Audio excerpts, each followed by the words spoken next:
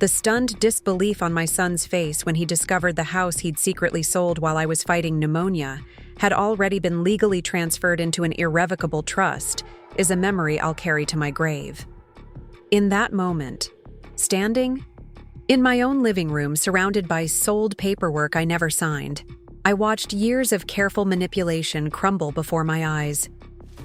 My name is Eleanor Mitchell, Ellie to my friends, and at 72, I never imagined that being hospitalized for pneumonia would expose which relationships in my life were built on genuine care and which were constructed from calculated opportunism. Before we jump back in, tell us where you're tuning in from, and if this story touches you, make sure you're subscribed, because tomorrow, I've saved something extra special for you. This photograph was taken at my 70th birthday celebration, just 2 years ago. My son Jason stands to my left, his arm casually draped over my shoulder. My daughter Olivia is on my right, champagne glass raised in a toast. We're all smiling beneath the twinkling lights in the backyard of the craftsman home my husband Robert and I had lovingly restored over 35 years. The flower beds Robert had meticulously designed frame the patio, the hand-carved porch. Swing where we'd spent countless evenings watching the sunset hangs visible in the background. I thought we were still a close family despite some tension about money. I was wrong. Robert always told me, "Remember, Ellie, houses can be rebuilt, but your character is the foundation that can't be replaced." His words became my anchor when my own children plotted to sell the home we'd created while I struggled to breathe in a hospital bed. After Robert passed away 4 years ago from a sudden heart attack, my relationship with my children began to shift. Jason, who had followed his father into real estate but never matched his success, suddenly became interested in the house's market value. He'd drop by unannounced, measuring rooms and commenting on the wasted space for a woman living alone. Olivia, who had launched an interior design business that consumed more money than it generated, began bringing renovation magazines to our Sunday brunches, circling designs that would modernize this outdated place and really boost the resale value. "Mom, this house is just too much for you to maintain by yourself," became their harmonized refrain, though I'd been managing perfectly well with occasional help from my neighbor Harriet, a retired nurse who had become my dearest friend after Robert's passing. The gardens still bloomed. The hardwood floors still gleamed. The old craftsman bones of the house remained strong, just like mine. The first unmistakable warning came when Jason offered to streamline my finances, insisting I needed help managing the modest investments Robert had left. When I politely declined, explaining that Frank Donovan, our family attorney for 30 years, reviewed everything quarterly, Jason's smile tightened at the corners. I recognized that expression, the same one he'd worn as a teenager when denied permission to take Robert's vintage car to prom. Their coordinated campaign intensified after I mentioned updating my will. I hadn't told them the specifics, that I was concerned about their financial instability and had been discussing protective provisions with Frank.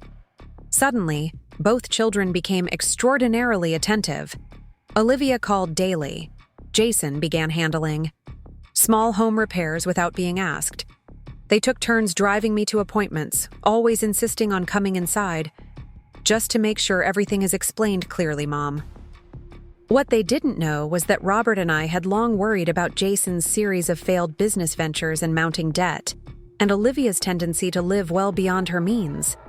We'd watched them cycle through financial crises that always ended with checks written from our account, bailouts that seemed to teach no lasting lessons. 2 years after Robert's death, with Frank's guidance, I had quietly restructured my estate to provide for them while protecting them from their own worst financial instincts. The house itself had been placed in a carefully designed trust with specific conditions regarding its use and possible sale. The crisis began with something seemingly innocent, a persistent cough that I initially dismissed as seasonal allergies. When Harriet noticed my shortness of breath during our morning walks, she insisted I see a doctor. The diagnosis came quickly: pneumonia, serious enough to require hospitalization. especially given my age. "Don't worry about a thing, Mom," Jason assured me, squeezing my hand as the admission papers were processed at Riverdale Memorial. "Olivia and I will take care of everything while you focus on getting better." "I'll bring flowers every day," Olivia promised, already scrolling through her phone. "And I'll make sure the house is looked after." I spent 3 weeks in the hospital as the infection stubbornly resisted the first round of antibiotics. The second week, my condition worsened, requiring oxygen support and closer monitoring. During this frightening period, Jason and Olivia visited regularly, always with paperwork that needed immediate attention. "Just insurance forms," Jason explained, holding a pen over highlighted signature lines. "Standard hospital billing." "Authorizations," Olivia added, flipping through pages quickly. In my weakened state, with reading glasses often forgotten at home, I signed several documents. However, one habit Robert had instilled saved me. "Never sign anything without making your own copy," he'd always insisted. Even ill, I asked Harriet to photograph each document with her phone before I signed, just for my records. Jason and Olivia exchanged glances but couldn't reasonably object. It was Harriet who unraveled their scheme. When my children unexpectedly restricted hospital visitors to family only during my 3rd week, excluding Harriet despite her daily visits, she became suspicious. Unable to see me, she went directly to Frank Donovan with her concerns. Together, they discovered that among those urgent insurance forms were cleverly disguised power of attorney documents, healthcare directives that limited my decision-making, authority, and most alarmingly, preliminary real estate listing agreements for my home. Frank immediately contacted Dr. Keller, my treating physician, and learned that Jason had been asking pointed questions about my cognitive function, suggesting I might be experiencing confusion that was affecting her judgment about living independently. When Harriet finally reached me by claiming to be my sister, a small deception I've long since forgiven, the truth emerged in a rush of disbelief and heartbreak.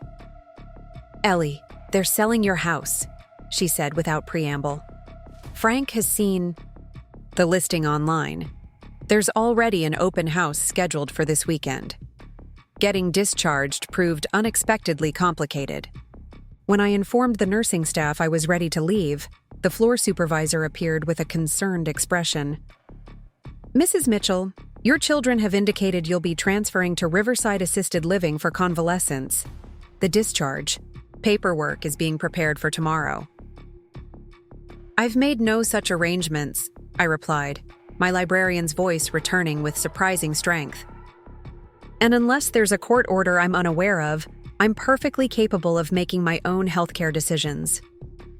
"Of course," she stammered, clearly uncomfortable. "But your son mentioned cognitive concerns associated with your infection and age."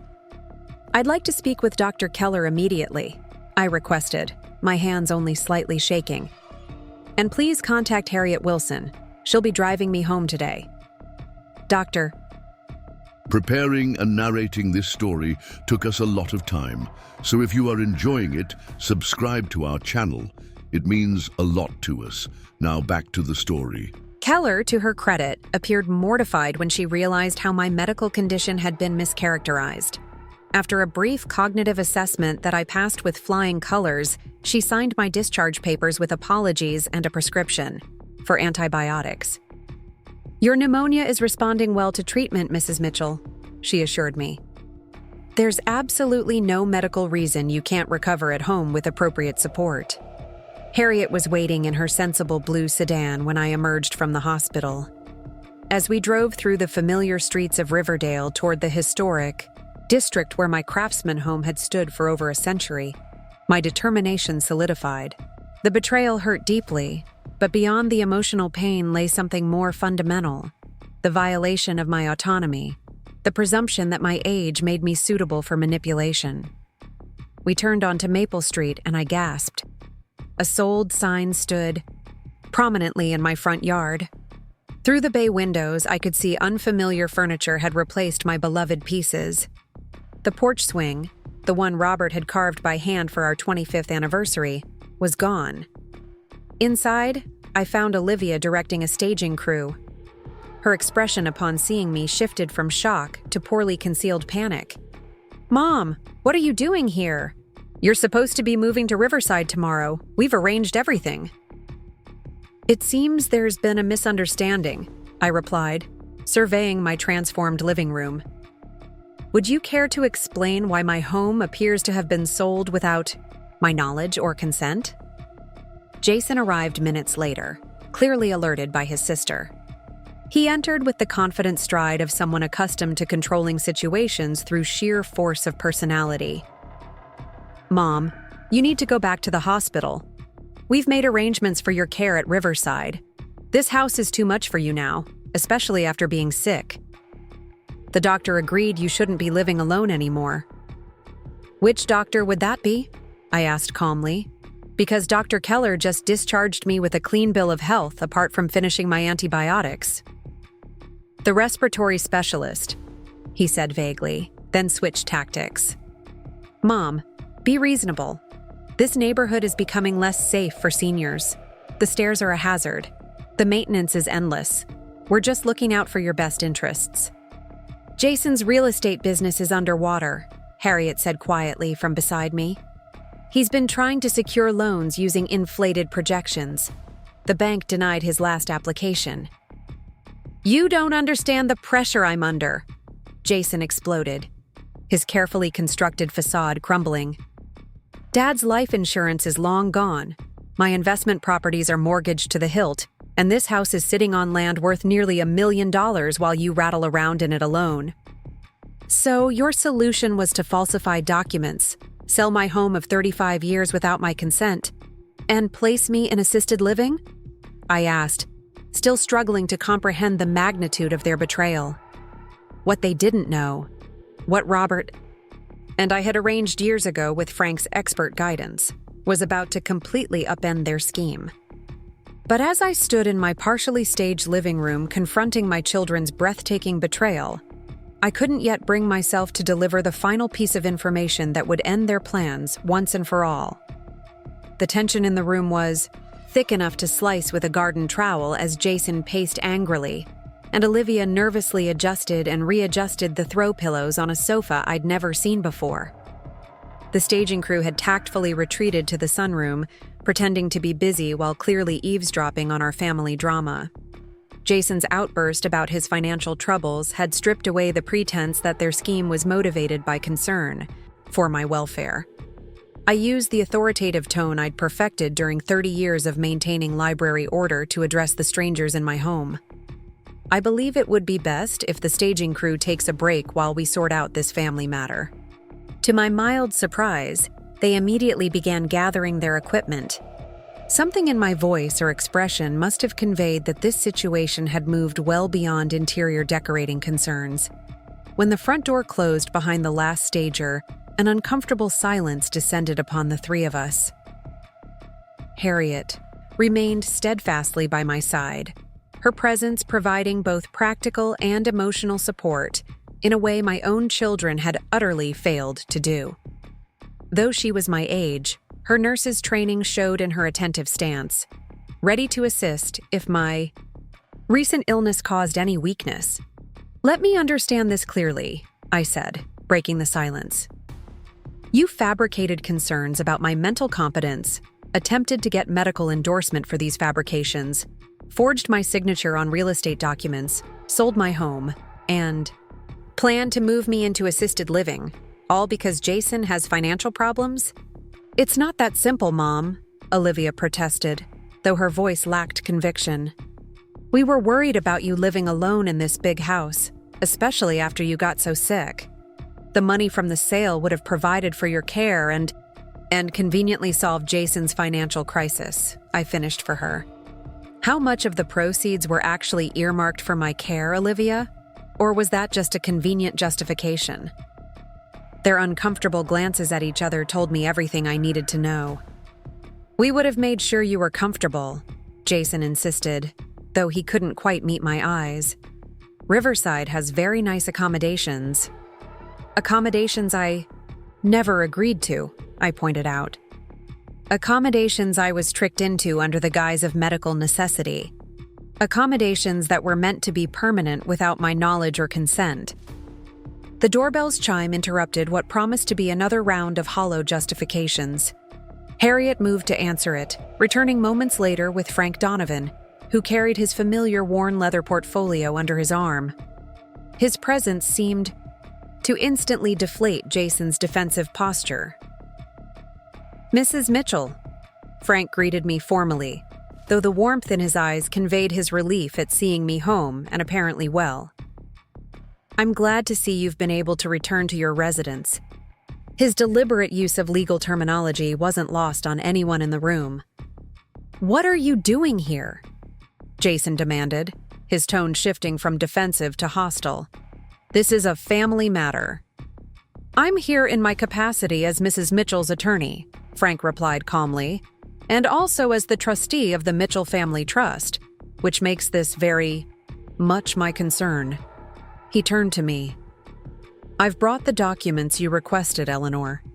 I hadn't actually requested any documents, but I recognized Frank's strategic approach immediately. He was creating a narrative that I had been in contact with him all along, undermining any suggestion that I had been isolated or unaware of my children's actions. "Thank you, Frank," I replied, following his lead. "I think it's time Jason and Olivia understand the full situation." Frank placed his portfolio on the coffee table, one of the few original pieces of furniture remaining in the room, and extracted several documents, arranging them carefully as Jason and Olivia watched. With growing unease, "First," Frank began professionally, "I have here Mrs. Mitchell's complete medical report from Dr. Sarah Keller, completed yesterday, which clearly states that while Mrs. Mitchell was treated for pneumonia, at no point did she display any cognitive impairment or inability to make independent decisions regarding her care or living arrangements." He slid the document toward my children, who made no move to examine it. "When did you see Dr. Keller?" Olivia asked, confusion evident in her voice. "When I noticed your sudden interest in my mental capacity," I explained. "When you both started making comments about my confusion and forgetfulness that didn't align with my experiences.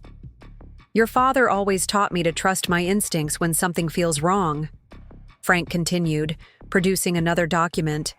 "Second, I have here Mrs. Mitchell's durable power of attorney, executed and notarized 2 years ago, naming me as her legal representative in the event she becomes unable to manage her affairs, with explicit instructions that neither Jason nor Olivia Mitchell are to be granted such authority under any circumstances."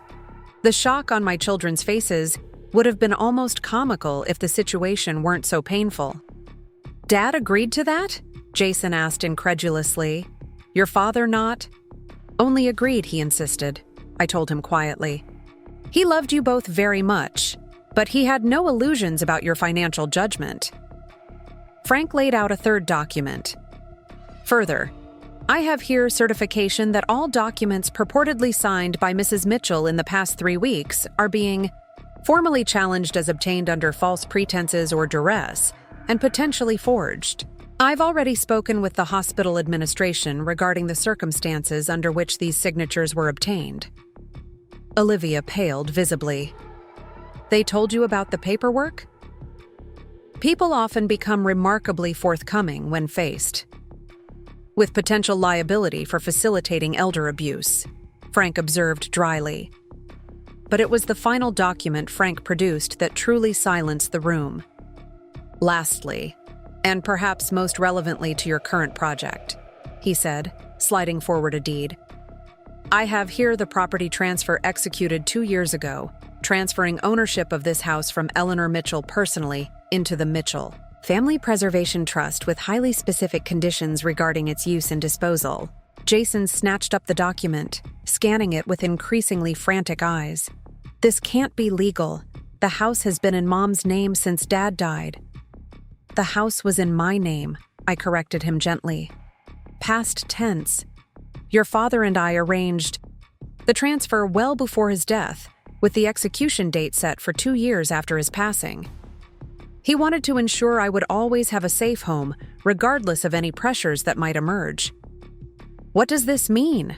Olivia demanded, looking between Frank and me. "It means," Frank explained with professional detachment, "that this house cannot be sold during Mrs. Mitchell's lifetime without unanimous approval from the trust board, which consists of Mrs. Mitchell, myself, and Judge William Cooper, Roberts, college roommate and, not coincidentally, a specialist in elder law." The implications settled heavily in the room as Jason and Olivia began to comprehend the thoroughness with which their father had protected me from exactly the scenario they had attempted to create. "Even if your power of attorney documents had been legitimate," Frank continued, "which they most certainly are not, they would have given you no authority whatsoever to sell this property. Mrs. Mitchell herself no longer has the unilateral right to sell it by her own choice and design." Jason collapsed onto the unfamiliar sofa, the fight visibly draining from him. "So what happens now?" he asked, his voice smaller than I had heard it since he was a child facing consequences for breaking his father's prized fishing rod. "That," I said firmly, "depends on your next actions." Harriet, who had been silently observing this entire exchange, spoke up. "I should give you privacy for this family discussion," she offered, moving toward the door. "No," I said, reaching for her hand. "You've earned the right to be here more than some actual family members. Please stay." Turning back to my children, I took a deep breath and considered my words carefully. The anger and hurt I felt were real and justified, but underneath them lay something more complex. A mother's enduring connection to her children, however flawed they might be. "Your father and I spent years discussing how to handle this exact scenario," I told them, my voice steady despite the emotion behind my words. "He saw the patterns in your financial behavior long before I was willing to acknowledge them. He wanted to protect me, but he also wanted to protect you both from your worst impulses." "Protect us by keeping us from our inheritance?" Jason scoffed, though his indignation lacked its earlier force. "Protect you from thinking that inheritance was the solution to self-created problems," I corrected. "The trust doesn't just secure my home, Jason. It establishes conditions for both of you to receive meaningful financial support, contingent upon demonstrated responsibility." Frank nodded, opening another section of his portfolio. "The trust includes provisions for debt resolution, business investment, and education funding, all available under specific conditions involving financial counseling, business plan approval, and supervised distribution of funds." Olivia looked up, surprise evident on her face. "Dad built all that into the trust?" "Your father loved you enough to recognize your weaknesses without rejecting you for having them," I said softly. "He created a structure that would provide support without enabling destruction. Something I failed to do by trying to protect you from consequences for too many years." The revelation seemed to pierce through Jason's defensive anger. "So we could have gotten help with our financial problems by just asking? Without all this?" "Not just asking," Frank clarified. "Participating in the programs established by the trust. Financial counseling, structured support rather than blank checks. But yes, you could have received substantial help without resorting to having your mother declared incompetent and her home sold from under her." The blunt phrasing landed heavily, as I had intended it to. Sometimes healing requires first acknowledging the full extent of the wound. "What will you do now?" Olivia asked, fear finally replacing defensiveness in her expression. "Are you going to press charges?" It was the question I had been asking myself since Harriet had first revealed their scheme. The betrayal warranted legal consequences. What they had attempted constituted elder abuse, fraud, and possibly other crimes. Part of me wanted them to face the full weight of those consequences, but another part, the part that remembered them as children, that recognized how Robert's success had perhaps inadvertently set them up for failure by never requiring true self-reliance, hesitated at the finality of that path. "That depends," I said after a long pause. I'm prepared to forego legal action under very specific conditions. Frank raised an eyebrow. This part clearly not discussed in our earlier planning. I gave him a small nod, indicating I knew what I was doing. First, you will both immediately engage with the Trust's financial counseling program, not just nominally, but with genuine commitment to changing the patterns that led us here. Neither protested, which I took as a positive sign. Second, you will each provide meaningful community service. Jason at the Elder Rights Legal Clinic downtown, and Olivia at the Senior Center's home maintenance program. Perhaps some direct exposure to the elderly population you were so ready to consign me to will develop your apparently lacking empathy. Jason winced, but nodded. Olivia actually looked somewhat intrigued by her assignment. Third, and most importantly, you will both participate in family counseling with me. What happened here goes beyond financial schemes. It represents a fundamental breach of trust and family bonds that needs addressing if we're to have any relationship moving forward. I looked each of my children in the eye, searching for signs of genuine remorse rather than merely being caught and outmaneuvered.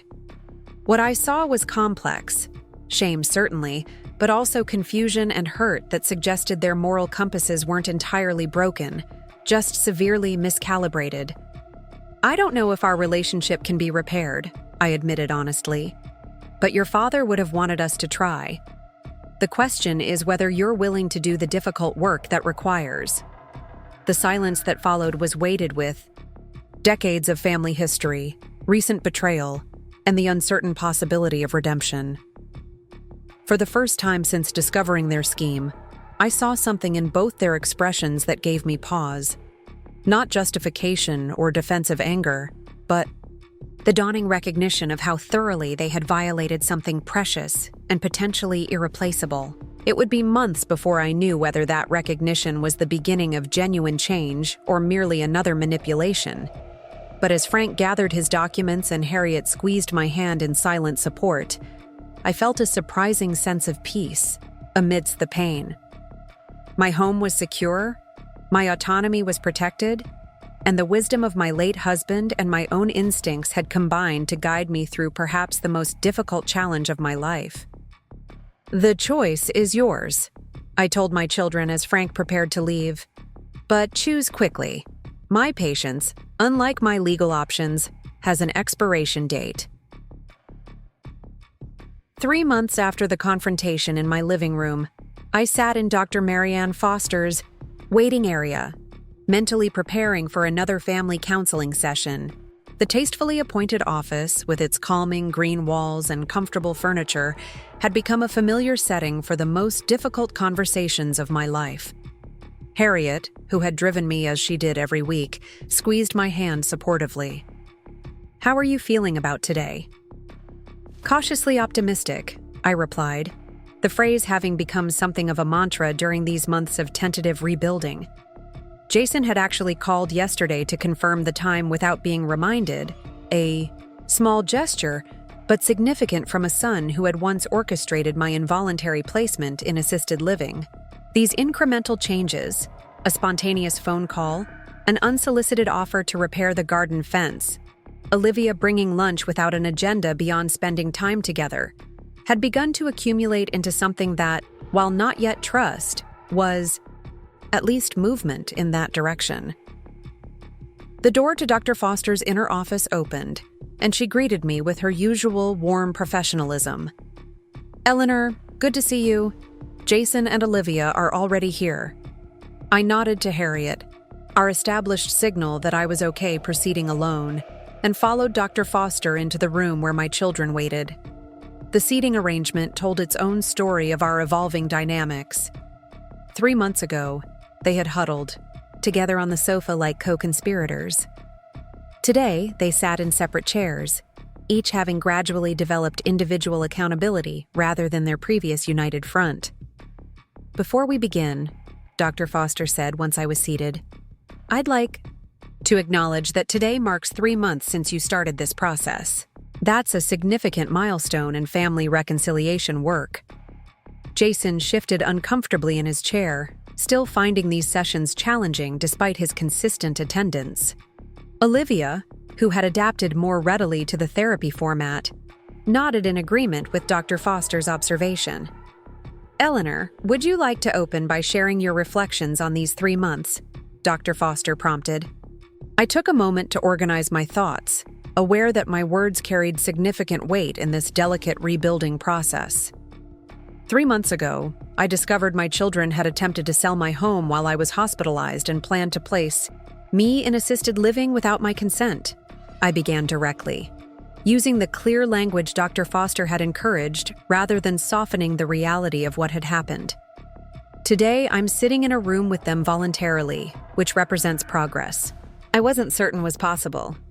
Jason studied the carpet, his jaw tight with what I had come to recognize as shame rather than defensiveness.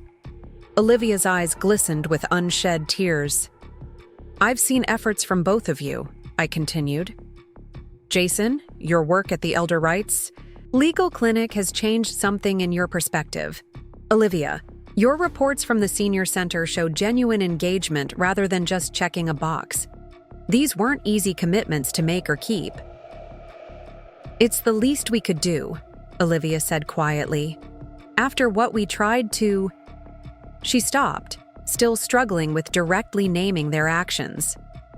"After we betrayed your trust and tried to sell your home," Jason finished for her, the blunt acknowledgement representing months of difficult therapy work. Dr. Foster nodded approvingly at Jason's straightforward statement.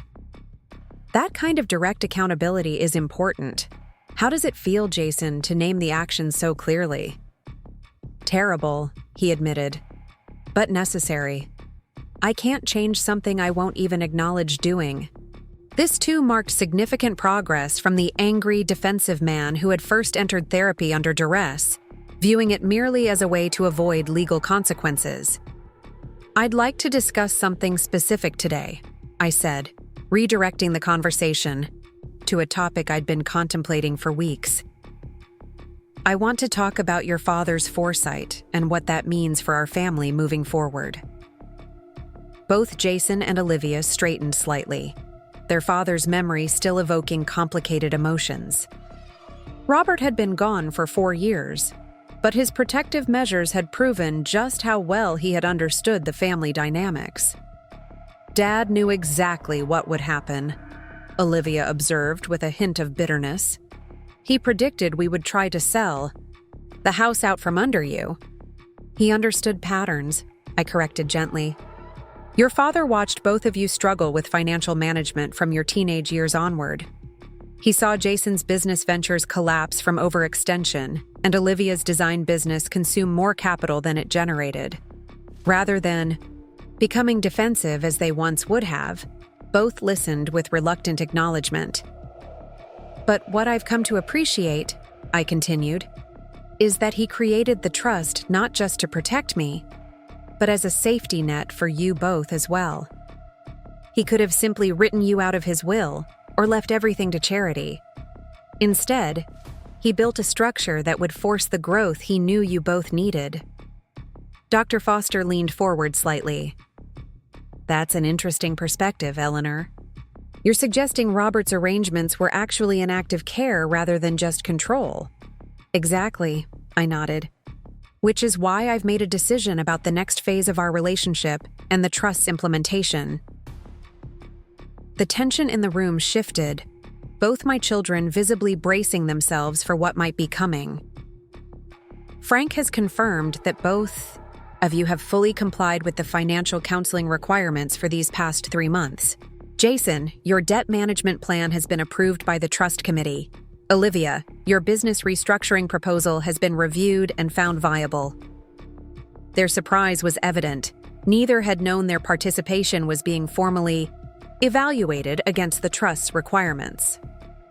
"This means," I continued, "that as of next month, the trust can begin dispersing the first phase of structured financial support. Jason, that includes the debt consolidation funds you've been working toward. Olivia, the capital investment for your design studio's new direction." The shock on their faces might have been comical in another context. They had been so focused on meeting my conditions to avoid legal consequences that they hadn't realized they were simultaneously qualifying for the trust benefits their father had established. "You're actually going to release funds to us?" Jason asked incredulously. "After what we did?" "I'm not releasing anything," I clarified. "The trust is functioning exactly as your father designed it. You've met the qualifying conditions through your own efforts. My personal forgiveness and the trust's financial structures are separate matters, though not unrelated." Olivia wiped at a tear that had finally escaped. "We don't deserve this." "Perhaps not," I acknowledged honestly. "But deserving isn't always the point of family. Your father believed in second chances coupled with safeguards. The funds come with continuing oversight and specific usage requirements." Dr. Foster observed our interaction with clinical interest. "Eleanor, this appears to be a significant step in your personal journey. Can you speak to how you arrived at this point?"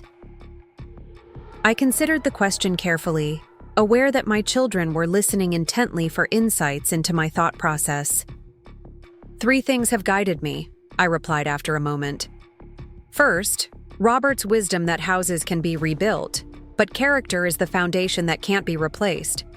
I've watched both Jason and Olivia begin the difficult work of rebuilding their character through consistent actions, not just words." Jason swallowed hard, the reference to character clearly resonating.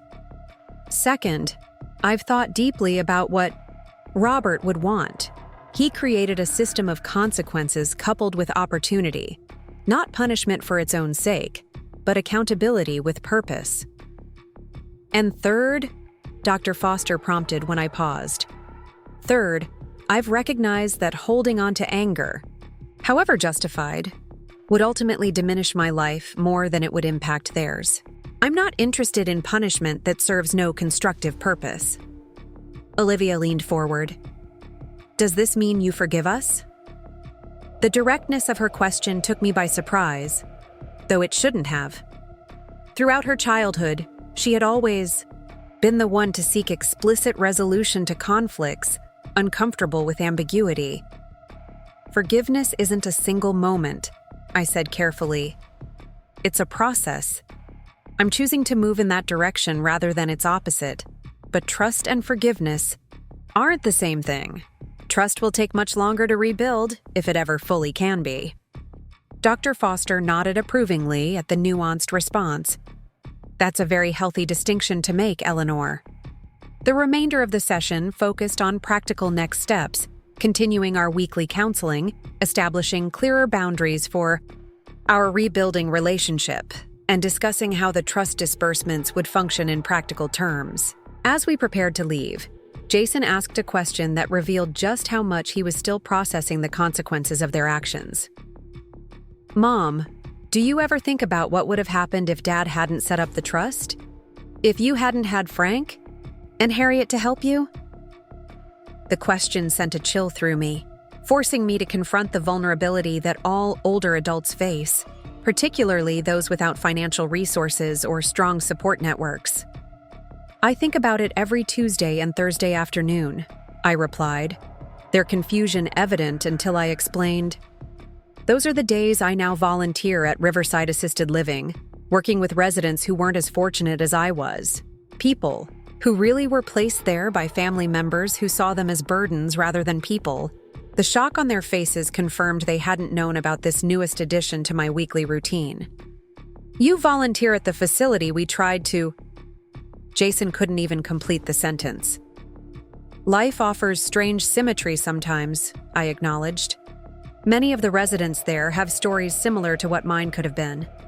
The difference is they didn't have a Robert who anticipated problems, or a Harriet who recognized warning signs, or a Frank who knew how to navigate the legal system." "How can you stand to go there?" Olivia asked, visibly disturbed by the thought. "Because those people deserve advocacy and connection," I explained simply. "And because it reminds me of an important truth. What happened in our family isn't rare or exceptional. It's happening to elderly parents every day, many without the resources to protect themselves. We parted in the parking lot with our newly established ritual, a brief hug that acknowledged our biological connection without pretending our relationship had returned to normal. As they walked to their separate cars, I saw Harriet waiting. In hers nearby, her presence a reminder of the authentic friendship that had proven more reliable than family ties in my moment of crisis. "How did it go?" she asked as I settled into the passenger seat. "Another step forward," I replied. Small, but real. As we drove away, I reflected on the past 3 months. The painful conversations, the gradual shifts in understanding, the tentative rebuilding of connections I had once thought permanently destroyed. The house that had become the center of so much conflict remained my home, secured by Robert's foresight and my own determination not to be erased from my life story. But the true transformation hadn't been about property at all. It had been about recognizing that family is defined not by obligation or biology alone, but by how we choose to treat each other when difficult truths are finally brought to light. Robert's words echoed in my mind as I watched the familiar streets of Riverdale pass by the window.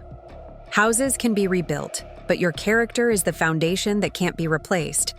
In the end, it wasn't the craftsman home with its century-old beams and hand-carved details that mattered most. It was the foundation of character, both broken and beginning to rebuild, that would determine whether our family could construct something new and stronger from the rubble of betrayal. 1 year after discovering my children's betrayal, I stood in the garden of my craftsman home, supervising the setup for an event I never imagined hosting: the official launch of the Riverdale Senior Advocacy Network. White folding chairs were arranged in neat rows on the lawn, a small podium positioned beneath the ancient oak tree that Robert and I had preserved during our home's restoration decades ago. "The banner should be higher on the left," I called to Jason, who was balancing on a ladder while Olivia held it steady. The sight of my children working together, not to undermine me but to support something meaningful, still struck me as somewhat surreal after everything we had been through. "Better," Jason adjusted the banner proclaiming the network's mission: protecting elderly independence through education, advocacy, and community. "Perfect," I confirmed, checking another item off my meticulously organized list. Harriet approached, carrying a tray of lemonade. At 75, she moved a bit more slowly than a year ago, but her eyes retained their sharp intelligence and unwavering loyalty. "The caterers just arrived," she reported, "and Frank called to say he's running 10 minutes late but bringing extra copies of the brochures." I nodded, taking a glass of lemonade gratefully. "I still can't quite believe we're doing this." "Which part?" Harriet asked with the gentle teasing of a true friend. "The part where your children are now advocating for elder rights? Or the part where you've turned a family crisis into a community resource?" "Both," I admitted. "Sometimes I wake up thinking the past year must have been a dream, both the nightmare and the unexpected resolution." The network had emerged from an unlikely convergence of experiences: Jason's work at the Elder Rights Legal Clinic, which had transformed from a punishment into a genuine calling; Olivia's senior home maintenance program at the Senior Center, which had revealed talents she hadn't fully recognized in herself; and my own volunteer work at Riverside Assisted Living, where I'd witnessed firsthand how many elderly residents lacked the resources and support system that had protected me. The idea had first surfaced during a family therapy session 6 months earlier, when Jason had reluctantly shared a case he'd encountered: an elderly woman whose children had successfully gained guardianship through manipulated evidence, selling her home and liquidating her assets while placing her in the most basic care facility their consciences would allow. It was our exact playbook, he had acknowledged with painful honesty. But this woman didn't have a Harriet to notice her absence, or a Frank to challenge the legal maneuvers, or a trust already in place to protect her assets. That conversation had sparked something in all of us: the recognition that what had happened in our family represented a much larger societal issue, one that required systematic rather than individual solutions. My reflections were interrupted by Olivia approaching with a nervous expression. "Mom, the first guests are arriving. Are you ready?" The guest list reflected our journey over the past year. Legal advocates from the Elder Rights Legal Clinic, therapists specializing in family, reconciliation, staff from Riverside Assisted Living who had transformed from unwitting accomplices in my children's scheme to partners in improving residential care practices, financial advisors who helped structure trusts similar to what Robert had created, and most importantly, seniors from the community who had their own stories of vulnerability and resilience.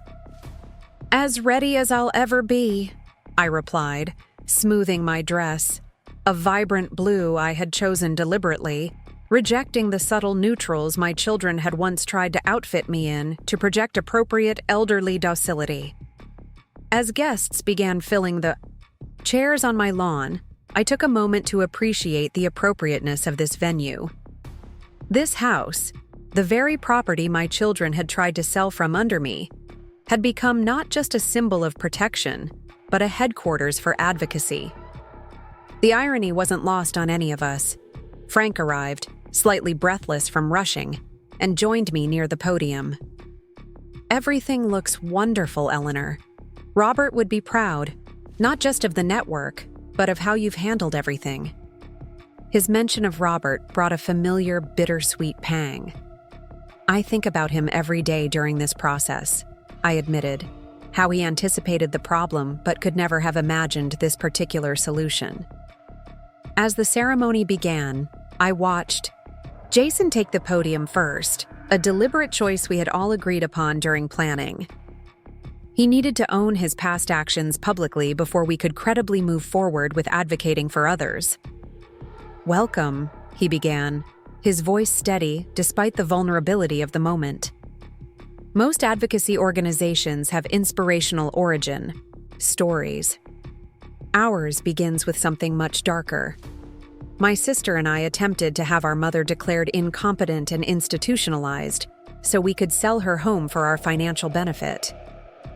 A ripple of discomfort moved through the audience, the bluntness of his admission catching even those who knew our story off guard. We fabricated concerns about her mental capacity, tricked her into entering a senior facility under false pretenses, and initiated legal proceedings to gain control of her assets, all while telling ourselves we were acting in her best interest. Olivia stood beside him now, adding her voice to the difficult narrative. We were stopped not because the system worked as it should, but because our mother was exceptionally fortunate. She had a neighbor who recognized warning signs, an attorney who had helped create legal protections in advance, and most importantly, a level of financial and social resources that many elderly people simply don't have. Jason nodded solemnly. Through my work at the Elder Rights Legal Clinic this past year, I've learned that what we attempted is disturbingly common. What's uncommon is having the protections in place to prevent it. As I listened to my children publicly acknowledging their actions, not with defensive justifications but with clear-eyed accountability, I felt an unexpected sense of pride emerging alongside the lingering pain. Their willingness to use their worst behavior as a catalyst for positive change represented a depth of character I hadn't been sure they possessed. When it was my turn to speak, I approached the podium with the same confidence I had once brought to library board meetings during my career. The audience, a mix of professionals, community members, and seniors, represented exactly the coalition we needed to address the complex issues of elder autonomy and protection. The Riverdale Senior Advocacy Network emerges from a painful family story, I began, but it addresses a much broader societal issue. Our mission is threefold: education about the legal tools that can protect senior independence before crisis occurs, advocacy for stronger safeguards within the guardianship system, and community building to ensure no elder faces these challenges alone. I outlined our initial programs: free workshops on creating advanced directives and trusts, a volunteer network to monitor well-being of isolated seniors, and partnerships with ethical care facilities to establish best practices for confirming genuine consent for residency. My late husband, Robert, constructed legal protections that prevented my children from succeeding in their scheme, I explained. But he could never have anticipated how that crisis would eventually transform not just our family relationships, but our understanding of our responsibility to the broader community. As I looked out at the attentive faces, I was struck by how far we had traveled from that confrontation in my living room a year earlier. The journey hadn't been linear or easy. There had been setbacks, difficult therapy sessions when old. Patterns reasserted themselves, moments when forgiveness seemed impossible and reconciliation a naive fantasy. Yet here we stood, not a perfect family by any means, but one that had found purpose in confronting its darkest chapter honestly. After the formal presentation, as guests mingled in the garden enjoying refreshments, Judge William Cooper, Robert's college roommate who served on the trust board, approached me with an observation that captured what I had been feeling but couldn't quite articulate. Robert created a structure to protect you from harm, he noted thoughtfully. But you've created something much more powerful, a purpose that's transforming the harm itself into something constructive. His words resonated deeply. The trust had indeed protected my home and financial security, but the network represented something more profound, the reclamation of agency and meaning from an experience designed to strip both away. Later that evening, after the guests had departed and the cleanup was complete, Jason, Olivia, and I sat on the porch swing Robert had built decades earlier, sharing a quiet moment as twilight settled over the garden. "Do you think you'll ever fully trust us again?" Olivia asked suddenly, the question holding none of the defensive edge it might have carried months earlier. I considered my answer carefully, knowing honesty served us better than comforting platitudes. Trust isn't binary, present or absent. It's a spectrum that shifts with experience. Do I trust you both more than I did a year ago? Absolutely. Will that trust ever be completely uncomplicated again? Probably not.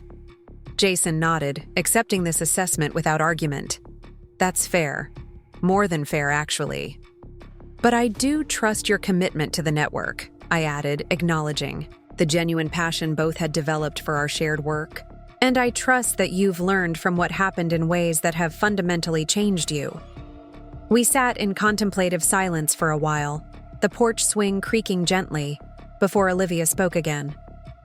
When I think about what we almost did, she shook her head, still struggling with the reality of their actions a year later.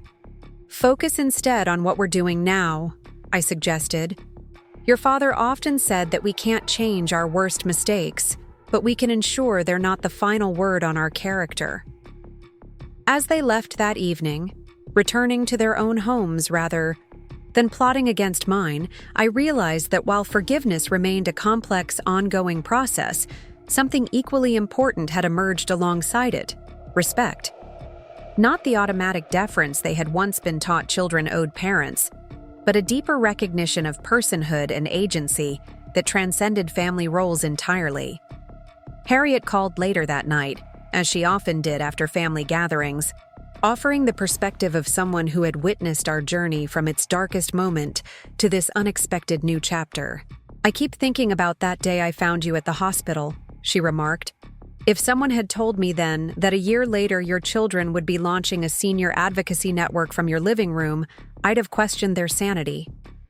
"Life takes unexpected turns," I observed, settling into my favorite reading chair in the home that remained mine.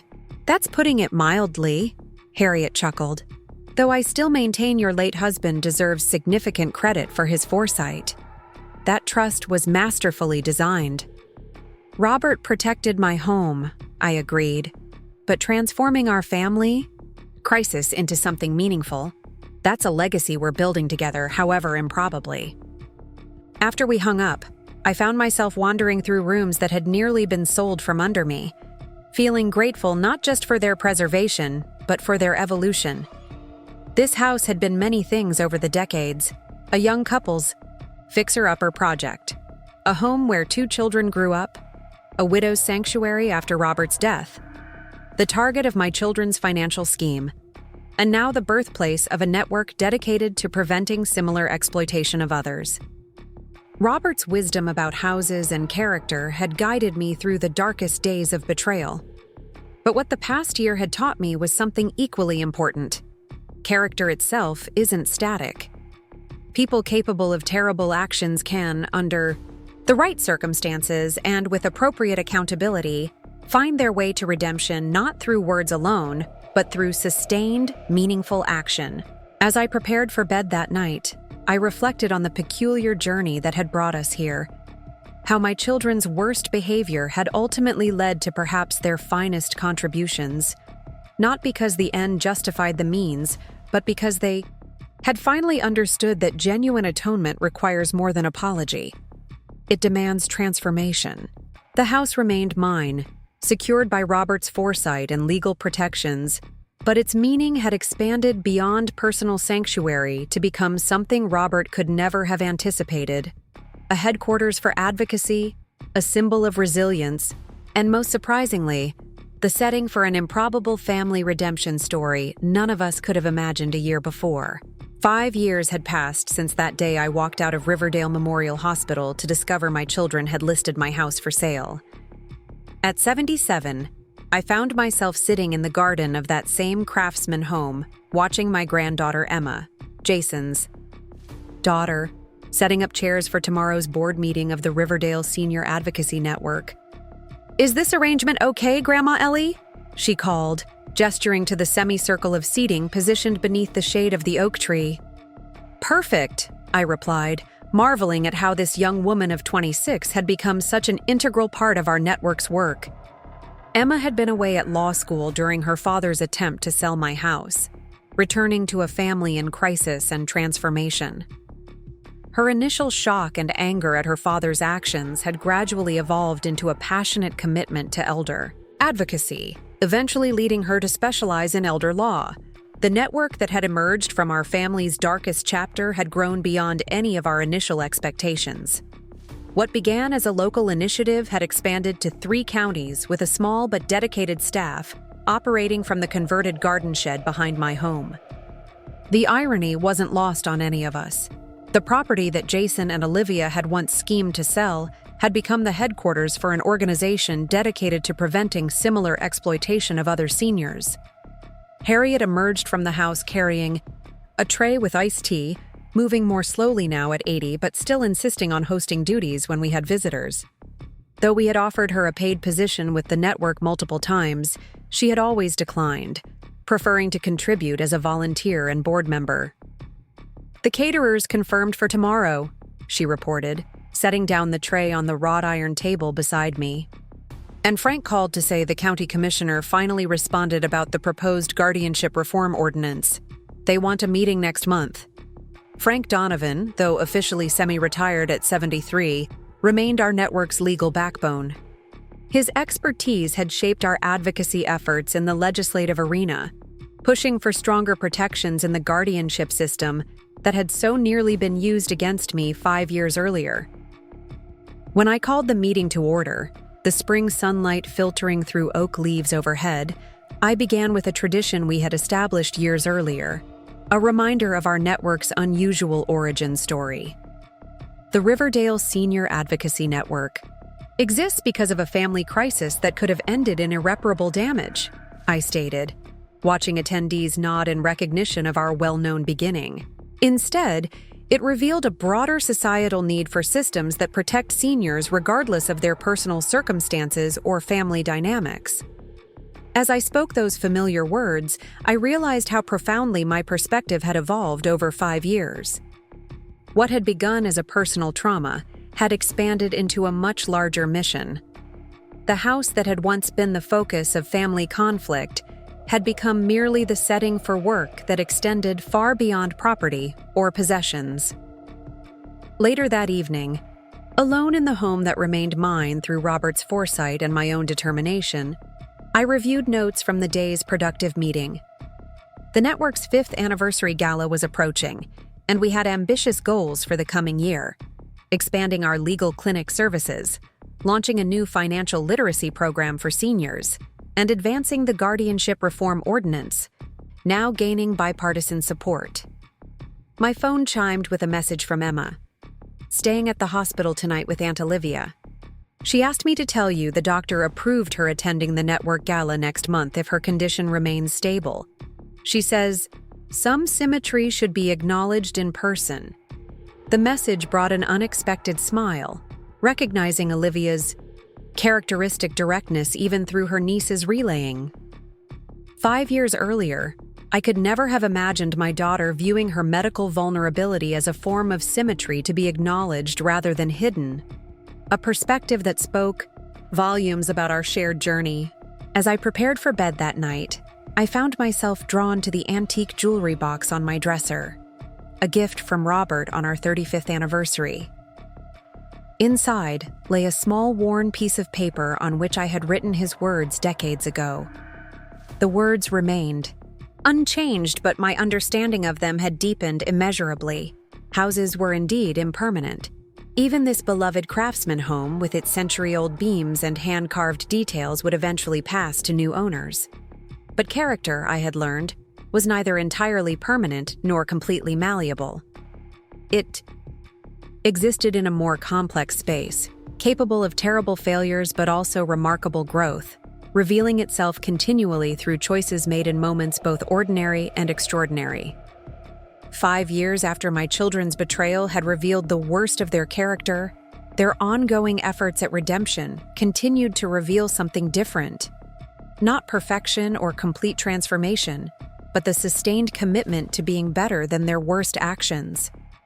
Not because those actions could be erased or excused, but because they had finally understood Robert's wisdom. How we treat people, especially at their most vulnerable, ultimately defines who we truly are. 10 years had passed since that fateful day when I walked out of Riverdale Memorial Hospital to find my children selling my home. At 82, I found myself walking carefully through the corridors of that same hospital, though under vastly different circumstances.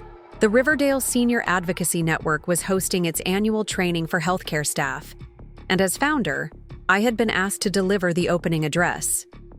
"Eleanor, we need to adjust the audio-visual setup before the attendees arrive," called Diana Moretti, our network's executive director. At 38, she brought an energy and strategic vision that had helped transform our family's reconciliation project into a regionally recognized advocacy organization. "I'll be right there," I replied, pausing to look around the hospital's main lobby. Riverdale Memorial had changed considerably over the decade, partly due to our network's influence. What had once been primarily a medical facility with questionable discharge planning had expanded to include genuine patient advocacy services, transparent consent protocols, and family-centered care planning. The discharge coordinator who had hesitantly allowed me to leave 10 years ago had been replaced by a geriatric social worker with a genuine commitment to patient autonomy. As I made my way toward the conference room, I passed a familiar figure. In the hallway, Dr. Keller, the physician who had treated my pneumonia and who had been unwittingly drawn into my children's scheme. She had aged significantly, her formerly confident stride now measured. "Mrs. Mitchell," she acknowledged with clear discomfort, evidently recognizing me despite the passing years. "Dr. Keller," I replied evenly, "I believe you're attending our ethics training today." She nodded, her discomfort palpable. The medical director made it mandatory for all affiliated physicians. "Excellent," I responded with professional courtesy. "I think you'll find the session on informed consent particularly relevant." This brief exchange represented another way life had come full circle. The doctor who had once been an unwitting accomplice in my children's scheme was now being required to learn proper protocols for assessing elderly patients, not through public humiliation or punishment, but through systematic reform that our network had helped implement. The conference room was filling with attendees as I entered: nursing staff, administrators, social workers, and physicians from Riverdale Memorial and several other regional facilities. While I recognized only a few faces from my brief hospitalization 10 years earlier, the knowledge that this room contained people with the power to either protect or exploit vulnerable seniors lent gravity to the occasion. At the front of the room stood Olivia, now 53, using her mobility scooter to navigate the space despite the continued progression of her multiple sclerosis. She had become one of our most effective trainers, her personal story evolving from a cautionary tale to a powerful testimony about capacity, dignity, and the complex nature of vulnerability. "Mom," she greeted me with a smile that took visible effort against her facial rigidity. "We've got almost full attendance. Even the reluctant ones showed up." Her glance toward Dr. Keller didn't escape my notice. Olivia's journey over the past decade had been complicated, her diagnosis coming just 3 years after our family reconciliation began, forcing all of us to navigate a new dynamic where the daughter who had once tried to declare me incompetent was gradually losing certain capacities herself. The symmetry, as she often noted with her characteristic directness, was almost too perfect to be coincidental. "Nervous?" she asked as we awaited the official start time. "Not about speaking," I replied honestly. Though being back in this building still evokes certain memories. She nodded, understanding without need for elaboration. "For me too, but from the other side now. Every time I conduct a training here, I remember bringing those insurance forms for you to sign. The perfect crime, we thought." The frank acknowledgement of her past actions without defensiveness or excessive self-flagellation represented years of therapeutic work and genuine accountability. Olivia had never sought to excuse what she and Jason had done, but she had found a way to transform that history into education that protected others. As the room filled completely, I noticed Jason slipping in through the side door. At 55, my son had recently transitioned from his real estate practice to focus full-time on our network's legislative advocacy work. His experience navigating property law and political environments had proved invaluable as we pushed for stronger protections against elder exploitation. Diana called the session to order, introducing me with a brief summary of both our network's work and its unusual origin story, a family crisis transformed into systemic advocacy. This transparent approach had become our trademark, never hiding the uncomfortable truth that our organization had emerged from my own children's attempt to exploit me.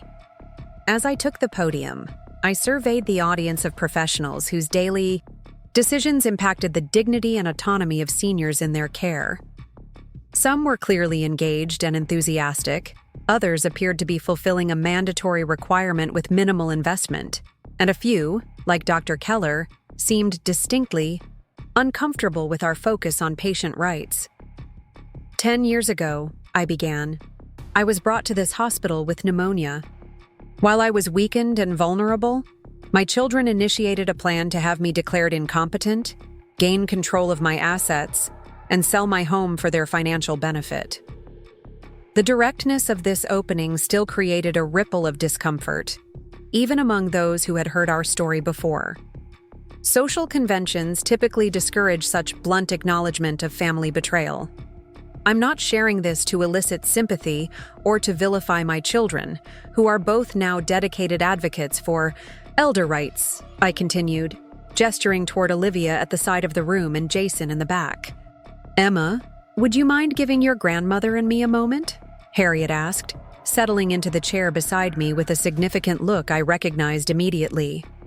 Once Emma had returned to the house, Harriet turned to me with the directness that had characterized our friendship for decades. "Jason called while you were resting. Olivia's been hospitalized again." I nodded, absorbing this news with the complex emotions that discussions of Olivia always evoked. 3 years ago, my daughter had been diagnosed with early-stage multiple sclerosis, the symptoms progressing more rapidly than is typical. The diagnosis had added another layer to our already complicated family dynamic. Suddenly, the daughter who had once tried to declare me incompetent was facing her own health and mobility challenges.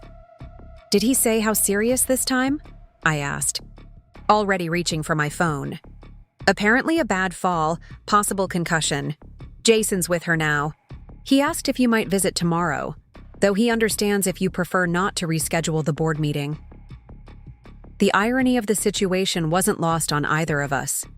5 years ago, my children had conspired to declare me incapable of independent living. Now, at 48, Olivia was gradually losing that independence through no scheme or machination, but through the simple cruelty of progressive illness. I'll visit tonight, I decided. The meeting can proceed as planned with Jason leading, if I'm not back in time. Harriet nodded, clearly having anticipated this response. I'll drive you. As we traveled to the hospital that evening, I reflected on the strange journey that had brought us to this point. The network born from betrayal had become something none of us could have imagined. Not just a family redemption project, but a meaningful force for policy change. Our advocacy had already contributed to 2 significant regulatory reforms, strengthening protections for seniors against exploitative guardianship proceedings, with a 3rd currently moving through the county approval process. Jason met us in the hospital lobby, the lines on his face deeper than when I'd seen him at last week's strategy meeting. At 50, my son had transformed from the financially desperate man who had orchestrated my transfer to Riverside into the network's most effective spokesperson. His personal testimony, openly acknowledging what he had attempted to do and why, carried powerful weight with legislators and community leaders alike. She's stabilized, he reported as he led us through fluorescent-lit corridors. Concussion. Confirmed, plus a fractured wrist. The neurologist is concerned that the fall indicates her disease is progressing faster than they hoped. I nodded, processing both the medical information and the surreal role reversal.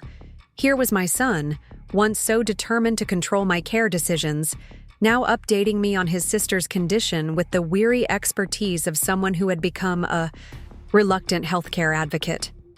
Olivia's hospital room was dimly lit, monitors beeping softly beside her bed. Her once vibrant appearance had been gradually altered by both disease and medication, her movements either unnaturally still or punctuated by tremors she couldn't control, her face less expressive, her once sharp features softened. "Mom," she acknowledged as I approached, her voice quieter than it once had been. "You didn't need to come. The board meeting can proceed without me if necessary," I completed, taking the seat beside her bed. "How are you feeling?" "Embarrassed," she admitted with a flicker of her old directness. "I should have used the walker like they keep telling me." The conversation that followed was gentle but substantive. Discussion of her treatment plan, modifications needed for her apartment, and the research study her neurologist had suggested she might qualify for. Throughout, I found myself hyper-aware of the parallels with conversations once held about me, without my knowledge or consent. "I've been thinking," Olivia said after a lull, her words carefully formed against the disease's interference, about the trust Dad created for us and the network you created from it. I waited, allowing her the time she needed to organize her thoughts, a courtesy my children had not extended to me when orchestrating my care plan 5 years earlier. "It's so strange," she continued. "Dad created the trust because he didn't trust us to make good decisions. But without our terrible decisions, the network would never have existed." The observation struck me with its simple truth. Robert had indeed established the trust out of concern for our children's financial judgment, never imagining it would eventually lead to an organization helping thousands of other seniors secure their own legal protections. "Life takes unexpected turns," I offered, the phrase having become something of a personal mantra. "I've updated my advance directives," Olivia said suddenly, changing direction with the abruptness that sometimes characterized her communication now. "Named Emma as my healthcare proxy instead of Jason. He has enough responsibility already." The practical consideration of her future care needs, addressed directly rather than through manipulation or denial, represented how far we had all traveled from the family dynamics of 5 years ago. "That seems wise," I acknowledged. "Have you discussed it with both of them?" She nodded, wincing slightly at the movement. "Emma's already reviewed everything with Frank. She's going to be an excellent elder law attorney." The pride in her voice when speaking of her niece reflected another evolution: the genuine appreciation for Emma's dedication to a cause born from our family's failure. When we left the hospital 2 hours later, Jason walked us to the parking lot, the spring evening cool enough to require light jackets. "Thank you for coming," he said, the simple gratitude carrying layers of unspoken meaning.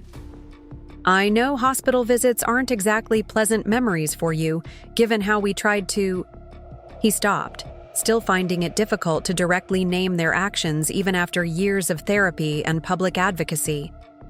"We've moved well beyond that, Jason," I assured him, though I admitted, "there's a certain symmetry to the situation that hasn't escaped me." He nodded, understanding exactly what I meant. "I think about it every time I take Olivia to a doctor's appointment or help her navigate the healthcare bureaucracy, how easily the vulnerable can be marginalized, even with the best intentions." "Your intentions weren't exactly the best," Harriet observed dryly, her loyalty to me undiminished by years of family reconciliation work. Rather than becoming defensive, Jason acknowledged the truth with a rueful nod. "No, they weren't," which makes the network's work even more important. We need systems that protect people regardless of their family's intentions. As Harriet drove us home, the streetlights illuminating the familiar route, I found myself reflecting on Robert's wisdom that had guided me through the crisis 5 years earlier. "Remember, Ellie, houses can be rebuilt, but your character is the foundation that can't be replaced." What I couldn't have understood then was how character itself could transform. Not overnight, but through sustained effort and genuine accountability. My children had indeed revealed their character through their scheme to take my home, but that revelation had not been the end of their story, or our families. "You know what still amazes me?" Harriet commented as we turned onto my street, the craftsman house visible with lights glowing warmly in the gathering darkness.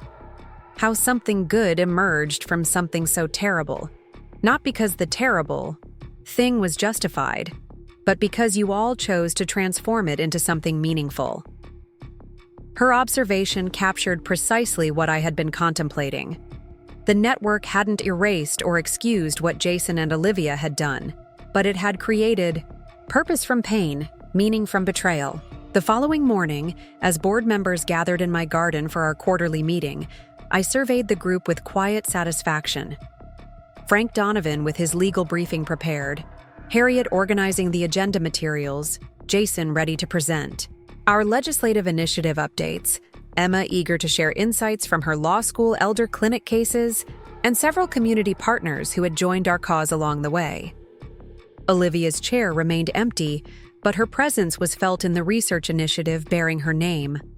A program specifically addressing the intersection of progressive illnesses and financial vulnerability, an issue she had helped identify from. Her unique perspective as both a former perpetrator of exploitation and now someone potentially vulnerable to it. I'm sharing it because what happened to me represents a societal issue much larger than one family's dysfunctional moment.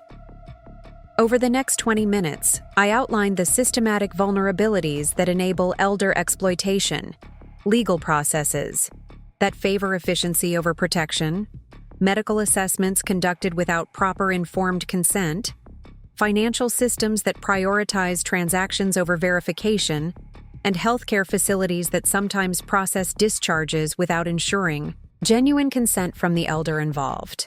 The most important lesson from our network's decade of work isn't that bad people sometimes exploit seniors, I emphasized.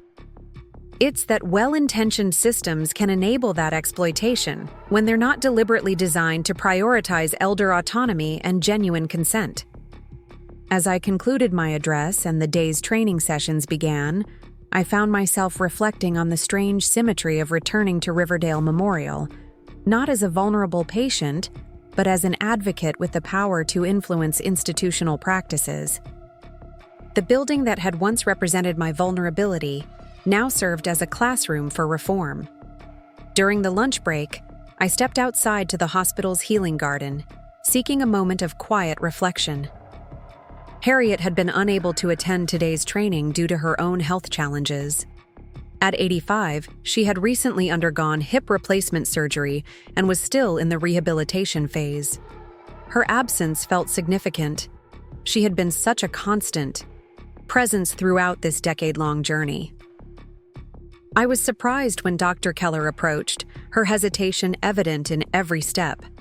"Mrs. Mitchell," she began awkwardly, "I've wanted to apologize for my role in what happened 10 years ago. I should have been more thorough in my assessment of your situation, and more skeptical of your children's representations about your capacity." Her apology seemed genuine, if belated. "Thank you, doctor.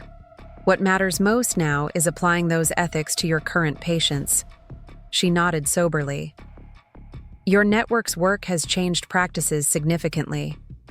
The protocols we follow now are much more protective of patient autonomy and dignity." This acknowledgement of systemic impact felt more meaningful than personal apology. Individual remorse had its place, but transforming the systems that enable exploitation had always been our network's primary goal. As the afternoon sessions progressed, I observed Olivia conducting a training module on recognizing subtle signs of cognitive change without presuming incapacity.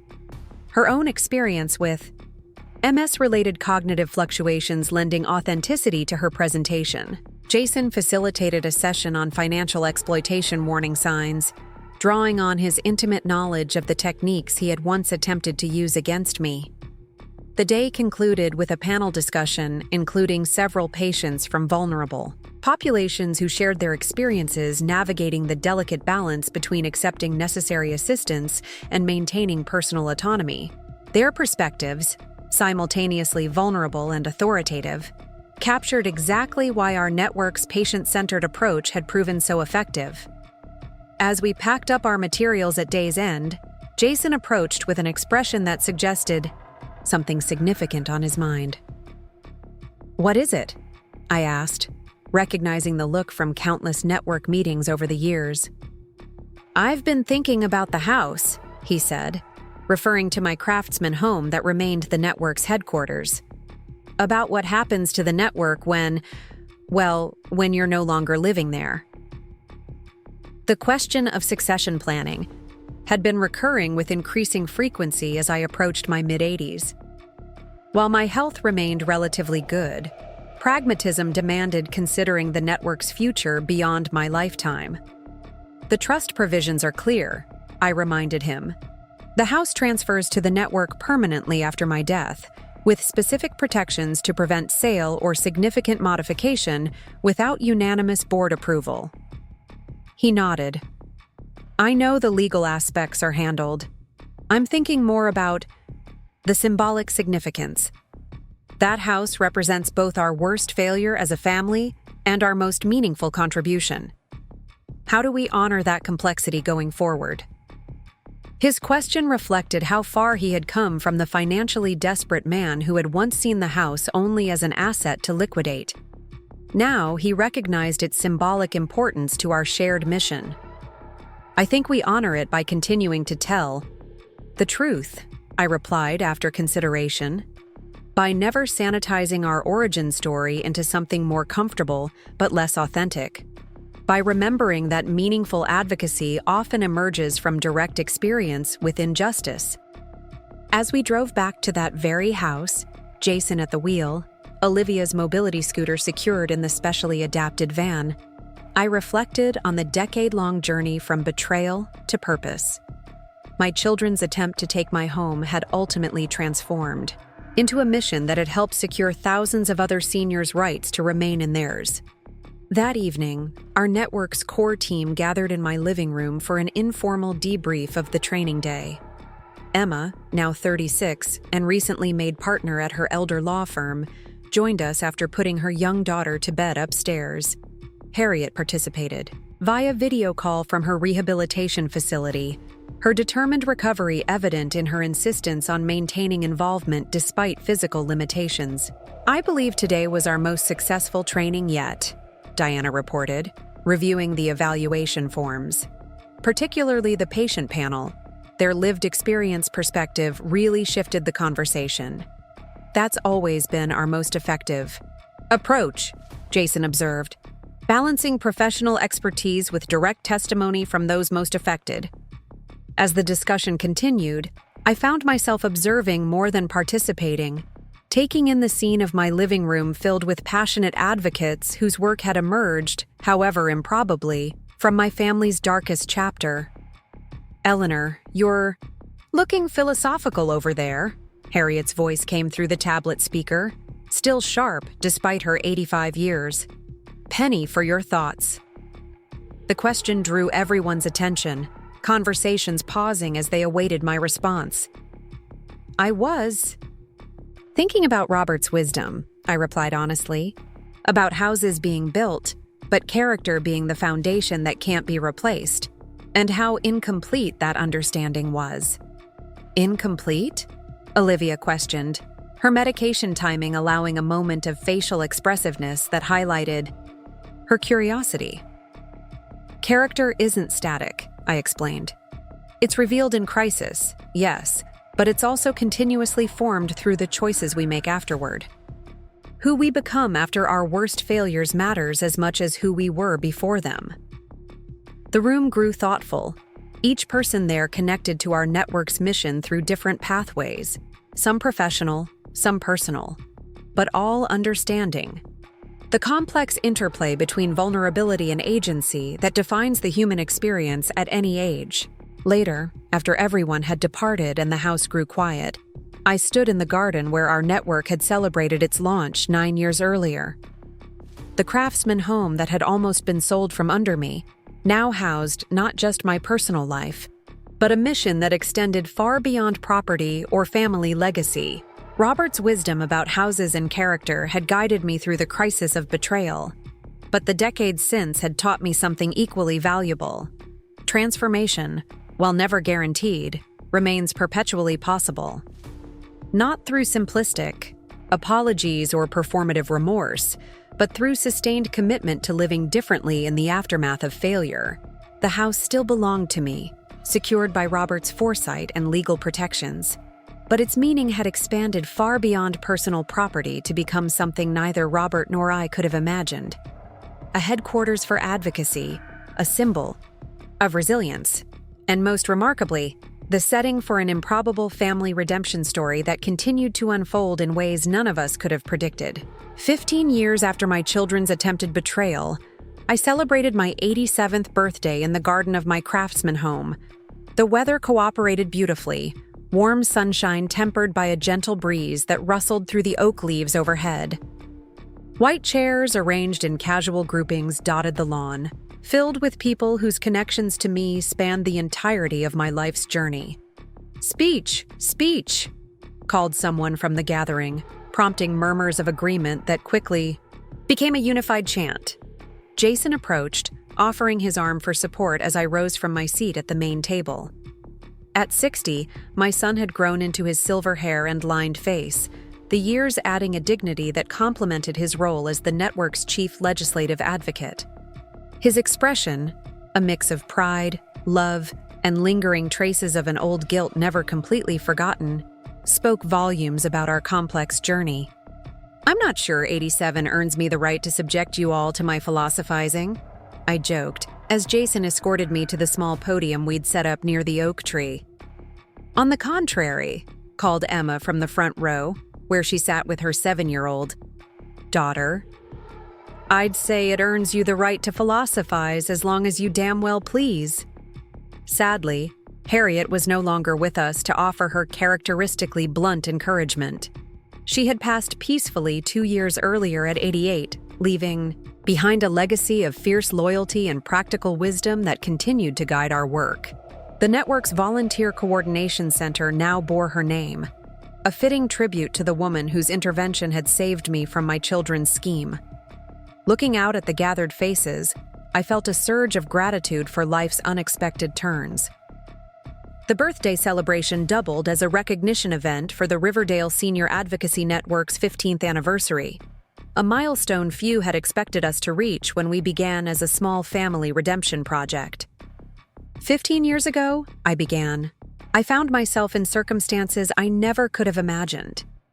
My children had conspired to have me declared incompetent, initiated proceedings to control my assets, and attempted to sell my home without my knowledge or consent. The directness still occasionally startled people unfamiliar with our network's origin story, but transparency had become our hallmark. Jason and Olivia, seated near the front, Olivia now using a specialized wheelchair as her MS had progressed, no longer flinched at these public acknowledgments of their past actions. I could never have predicted that this betrayal would eventually lead to one of the most meaningful chapters of my life, I continued. Our network's work has helped secure legislative protections for vulnerable seniors in 12 states, established ethical training programs in over 30 healthcare facilities, and provided direct advocacy services to more than 2,000 families navigating elder care challenges. Applause rippled through the audience, particularly from those who had witnessed our organization's growth from humble beginnings to regional influence. But today, I want to focus not on statistics or achievements, but on transformation, not just of systems and policies, but of human hearts, including my own. I gestured toward Olivia, whose MS had progressed significantly, though her mind remained sharp and engaged with our work. My daughter, who once schemed to declare me incompetent, has become one of our most effective advocates for person-centered care approaches, drawing on her dual perspective as both a former perpetrator and now someone experiencing vulnerability herself. Olivia nodded slightly, the movement deliberate against her limited mobility. Her journey had perhaps been the most profound, from conspirator in elder exploitation to someone whose own progressive condition had taught her firsthand about the delicate balance between independence and necessary support. Jason, who once saw my home primarily as an asset to liquidate, has channeled his professional skills and personal remorse into legislative advocacy that has materially improved protections for thousands of seniors he will never meet. My son's eyes glistened with emotion as scattered applause acknowledged his contributions to our mission. And I myself have learned that advocacy is not merely about protecting autonomy, but about creating systems that recognize the complex reality of human capacity, understanding that none of us is either completely independent or entirely dependent, but somewhere on a spectrum that shifts throughout our lives. The garden fell quiet as I continued, my words carrying easily in the still afternoon air. Today also marks another significant milestone. This morning, I received notification that Governor Harmon has approved the Mitchell-Donovan Elder Protection Act, which establishes state standards for guardianship proceedings and creates new protections against predatory practices targeting seniors. Exclamations of surprise and delight erupted across the garden. We had been working toward this legislation for 5 years, facing numerous setbacks and compromises along the way. Few outside our core team had known how close we were to final approval. This achievement belongs to all of us, I acknowledged, gesturing toward Frank Donovan's daughter, Catherine, who had continued supporting our legal initiatives after Frank's passing last year. But it especially honors Frank's tireless work drafting and redrafting the language until it could navigate the complexities of both legislative approval and practical implementation. Catherine wiped away tears as those gathered applauded, the legacy of her late father, whose legal expertise had shaped our network's most ambitious legislative efforts. The act bears both the Mitchell and Donovan names, I continued when the applause subsided, which feels particularly appropriate given that 15 years ago, it was Frank who arrived at my home with the documents that prevented my children from succeeding in their scheme. I paused, allowing the full-circle nature of this development to register. Now, his legal craftsmanship will help protect countless other seniors from similar exploitation. As I concluded my remarks and returned to my seat, I was struck by the extraordinary path that had led us here. how a family's darkest moment had ultimately catalyzed meaningful societal change. Not through some glib notion that everything happens for a reason, but through deliberate choices to transform failure into purpose, betrayal into advocacy. The celebration continued well into evening, with generations mingling across my garden. Emma's daughter playing tag around the oak tree, network staff sharing stories of particularly meaningful cases, community partners and legislators discussing next steps for implementing the newly passed state protections. As twilight descended, Olivia asked to speak with me privately, indicating a quiet corner of the garden away from the main gathering.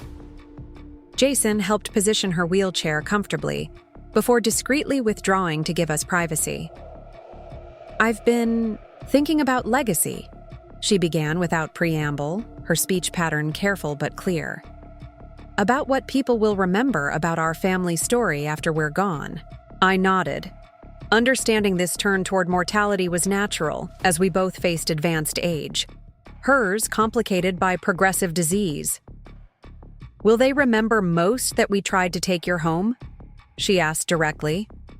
"Or what grew from that terrible beginning?" The question carried no self-pity or bid for reassurance, but a genuine philosophical inquiry about how history records human failings and redemptions. "I think," I replied thoughtfully, "they'll remember the whole story, the betrayal, and the transformation. One without the other lacks both truthfulness and meaning." Olivia considered this, the medication allowing a brief window of facial expressiveness that revealed her contemplation. "I've made peace with that. The worst thing I ever did led to the most meaningful contribution I'll ever make. There's a strange symmetry there." Her acceptance of this paradox, that her greatest failure had catalyzed her most significant contribution, represented years of difficult personal work, not minimizing the betrayal, but refusing to be permanently defined by it. "The network has received another major grant," she informed me, changing topics with the directness that had always characterized her communication style. "Specifically for expanding the dual perspective training program I developed." This program had become particularly effective in recent years, pairing seniors who had experienced exploitation with reformed perpetrators, including former financial scammers, unethical guardians, and healthcare proxy abusers, to create training, materials that captured both sides of elder exploitation scenarios. Olivia's own story, as both former perpetrator and current vulnerable adult, gave her unique credibility in this work. "That's wonderful news," I acknowledged. "Your dual perspective approach has proven remarkably effective." "They want to name it after me," she continued, visible discomfort with this recognition evident despite her limited expressiveness. "The Olivia Mitchell Initiative for Perspective Transformation." "That seems entirely appropriate," I observed. "Your willingness to use your own story, both parts of it, has been courageous and impactful." She shook her head slightly, the movement small but deliberate. "I've been thinking it should be the Harriet Wilson Initiative instead." The suggestion surprised me. "Harriet? Why?" "Because none of this would exist without her," Olivia explained simply. "She recognized what was happening when we took you to the hospital. She contacted Frank. She helped you escape. The network, the legislation, all of it exists because Harriet paid attention when it mattered most." The observation struck me with its simple truth. Harriet's role in our family story often received less emphasis in public retellings, yet her intervention had indeed been the crucial factor that altered the trajectory of events 15 years ago. "Harriet would be honored," I said, looking toward the portion of the garden where we had scattered her ashes per her wishes, though she'd probably say something plain-spoken and profane about not needing recognition. Olivia managed a small smile. "Exactly why she deserves it." Our conversation was interrupted by Diana Moretti, now the network's president, approaching with someone I didn't immediately recognize. A distinguished woman in her 60s wearing the distinctive blue lapel pin of a state judge. "Eleanor, I'd like to introduce Judge Sarah Newman," Diana said. "She'll be chairing the implementation committee for the Mitchell-Donovan Act and specifically requested to meet you today." The judge extended her hand with evident respect. "Mrs. Mitchell, it's truly an honor. Your network's work provided the essential framework for this legislation." As we engaged in conversation about implementation strategies and potential challenges, I found myself reflecting on the extraordinary circle of influence that had expanded from the intimate betrayal in my living room 15 years earlier. How personal pain had gradually transformed into structural reform that would outlast any of us. Later that night, after the last guests had departed and Jason had helped Olivia into his car to drive her home, I sat alone in my garden beneath a blanket of stars. The house behind me, the very property my children had schemed to sell, had become not just my home, but a physical embodiment of resilience and purpose. Emma joined me silently, draping a shawl around my shoulders against the evening chill before taking the adjacent chair. "Quite a day, Grandma Ellie," she observed, her voice carrying the quiet confidence she'd developed as both a successful attorney and network board member. "State legislation, major new grant announcement, your 87th birthday, network anniversary. All at once." "Life offers strange symmetry sometimes," I replied, echoing words I'd spoken to Olivia earlier. We sat in comfortable silence for a while before Emma asked a question she'd never directly posed before. "Do you ever wonder how different things might have been if Dad and Aunt Olivia had succeeded? If they'd managed to sell this house before you discovered their plan?" The question wasn't merely hypothetical. As an elder law attorney, Emma regularly encountered families where similar schemes had indeed succeeded. Vulnerable seniors displaced from their homes, their assets liquidated, their autonomy compromised. "I think about it every time we advocate for someone who wasn't as fortunate as I was," I acknowledged. "Every time we encounter a senior who didn't have a Harriet in their life to notice their sudden absence, or a Frank to help navigate legal protections, or the financial resources to fight back. That's why the state legislation matters so much," Emma observed. "It creates protections that don't depend on having those particular advantages." Her understanding of our mission's core purpose, creating systems that protected all seniors, not just those with personal resources or advocates, reflected how thoroughly she had integrated the lessons of our family's journey. As she bid me goodnight and returned inside, I remained in the garden a while longer, contemplating how recognition had come in forms I could never have anticipated 15 years earlier. Not just awards or legislation bearing our name, but the deeper recognition that meaningful change often emerges from confronting painful truths with both accountability and purpose. Robert's wisdom about houses and character had guided me through the initial crisis, but life's subsequent chapters had revealed a more complex truth. Character itself isn't static, but continuously formed through how we respond to our failures and successes alike. The Mitchell-Donovan Elder Protection Act would help protect countless seniors from exploitation similar to what my children had attempted. Olivia's dual perspective training program would help care providers understand both sides of vulnerability and autonomy. Jason's legislative advocacy would continue strengthening systemic safeguards at state and local levels. And this house, the property that had once been the focus of such destructive scheming, would remain not just my home, but the network's headquarters long after I was gone. A physical testament to how attempted exploitation had been transformed into enduring protection for others. Recognition had come full circle, acknowledging both the painful origins and meaningful results of our 15-year journey. Not diminishing the betrayal that had started it all, but refusing to let that betrayal be the final word on our family's story or its contribution to the world. 20 years had passed since that day when I escaped from Riverdale Memorial with pneumonia to find my house listed for sale.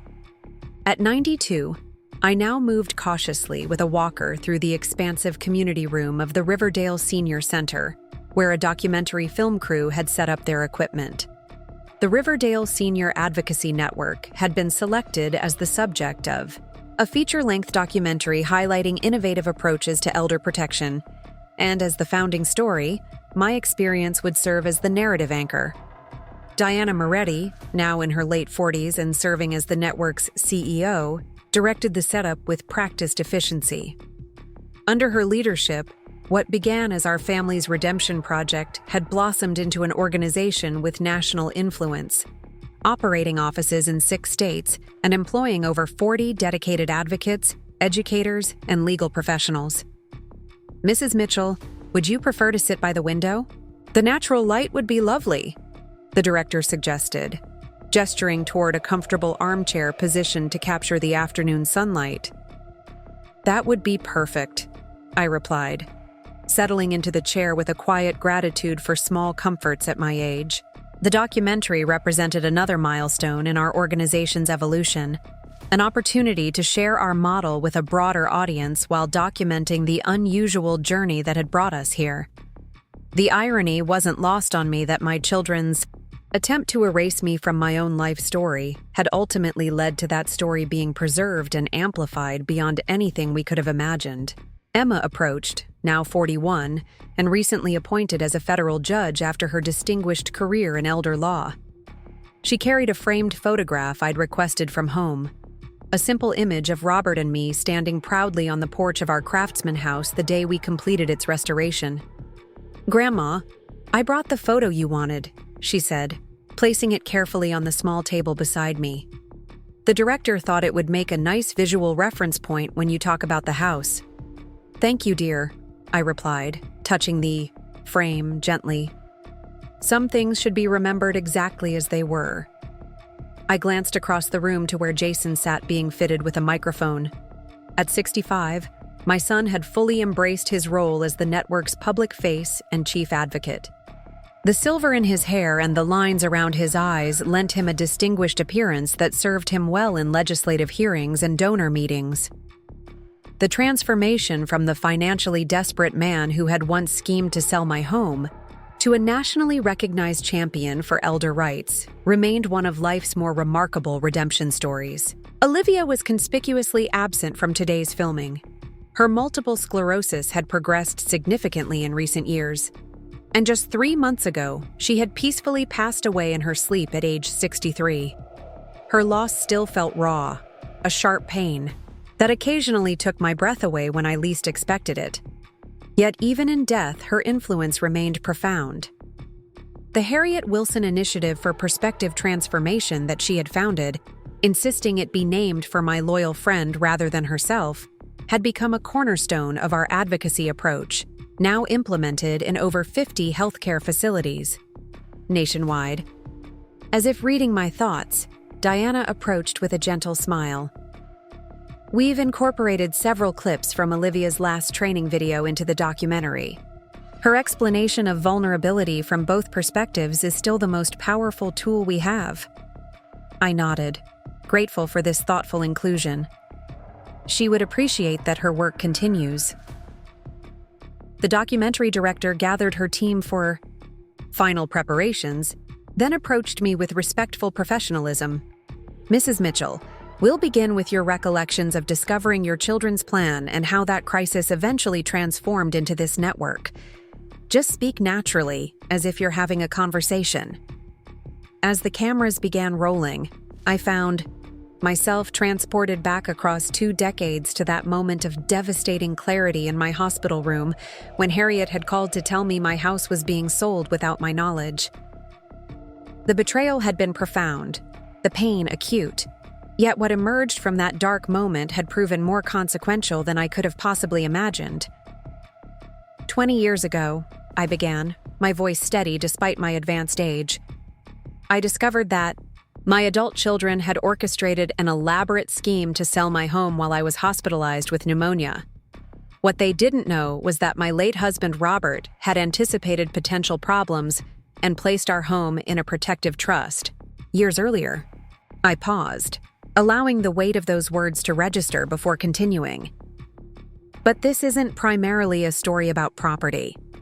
It's about autonomy, dignity, and the recognition that aging doesn't diminish a person's right to self-determination.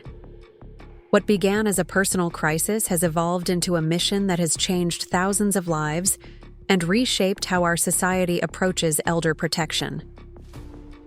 The interview flowed naturally through the formation of the network, the legislative victories, the educational programs, and the direct advocacy services that had helped countless seniors maintain control over their own lives. Throughout, I emphasized the transformation that had occurred not just in systems and policies, but in human hearts, including my own and those of my children. The most profound lesson I've learned over these 20 years, I reflected as the interview neared its conclusion, is that while betrayal reveals character, it doesn't have to define it permanently. My children's worst actions became the catalyst for their finest contributions. Not because the end justifies the means, but because genuine accountability creates the possibility of redemption through sustained, meaningful action. After the formal interview concluded and the crew repositioned to film B-roll footage, Jason approached and sat carefully beside me. In his eyes, I could still occasionally glimpse traces of the old guilt, though it had been largely transformed into purposeful commitment over the decades. "You didn't mention the Mitchell-Donovan Act being adopted in 14 states now," he observed quietly. "Some accomplishments speak for themselves," I replied. "Besides, the legislative victories matter less to me than the changed lives behind them." He nodded, understanding. "Emma got a call this morning. The federal elder protection bill has cleared committee. It looks likely to pass this session." The news represented the culmination of nearly a decade of advocacy work, a comprehensive federal framework for elder protection that would standardize guardianship requirements, mandate financial safeguards, and create robust oversight mechanisms nationwide.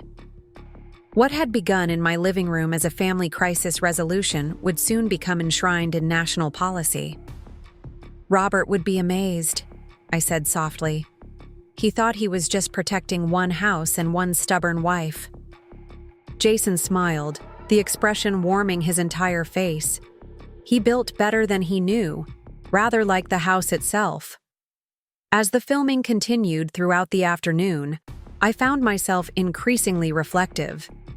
At 92, I harbored no illusions about my remaining time.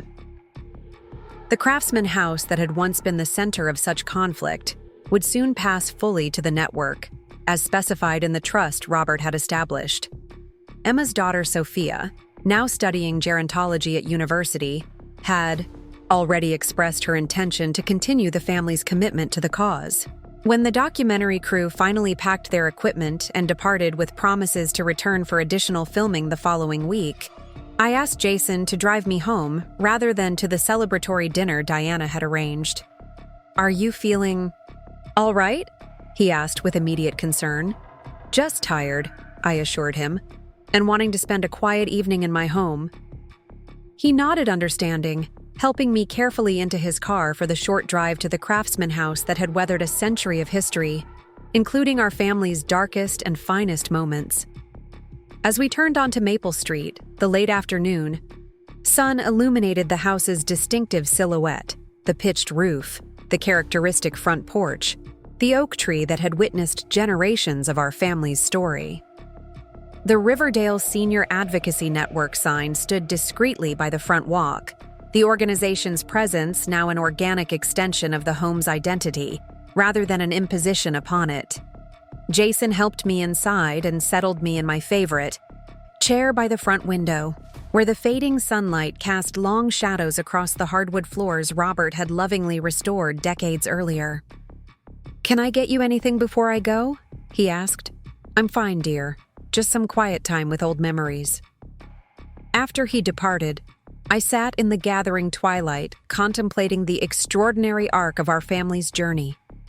The house around me had been many things over the years: a young couple's dream, a family home, the target of betrayal, and ultimately the birthplace of a mission that had expanded far beyond its walls.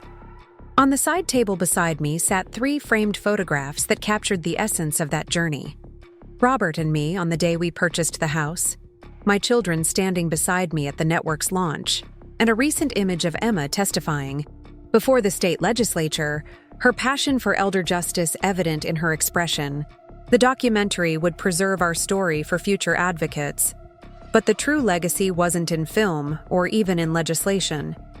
It resided in the transformed relationships, the reclaimed dignity of countless elders, and the recognition that vulnerability doesn't diminish humanity. As darkness settled over the craftsman home that had witnessed both our family's greatest failure and its most significant redemption, I felt a profound sense of completion. The circle that began with betrayal had transformed through accountability, purpose, and sustained commitment into something I could never have imagined when I first discovered my children's scheme. The house remained, its craftsmanship a testament to an earlier era's values of solidity and permanence. But what had proven even more durable was the human capacity for transformation and the possibility that from our darkest actions can emerge our greatest contributions, not as justification, but as genuine atonement through purposeful service to others. Robert's wisdom about houses and foundations had guided me through 20 years of rebuilding what betrayal had nearly destroyed. The results, both in our family and in the wider world, had exceeded anything either of us could have imagined when he first created those protective trust documents. From one family's painful fracture had emerged protections for countless others, a legacy that would endure long after the craftsman house eventually yielded to time. As I prepared for bed that evening, I thought of Olivia and Harriet, both gone, now but integral to the story that continued to unfold. I thought of Jason and his journey from betrayer to advocate. I thought of Emma and her daughter carrying forward what began in crisis. And I thought of Robert, whose foresight had protected not just a house, but created the space for a redemption story none of us could have scripted. Tomorrow, the documentary filming would continue, capturing the network's daily operations and impact. The story would be shared, inspiring other communities to adopt similar models. The federal legislation would likely pass, embedding our hard-won wisdom into national policy. New challenges would emerge, requiring fresh approaches and continued vigilance.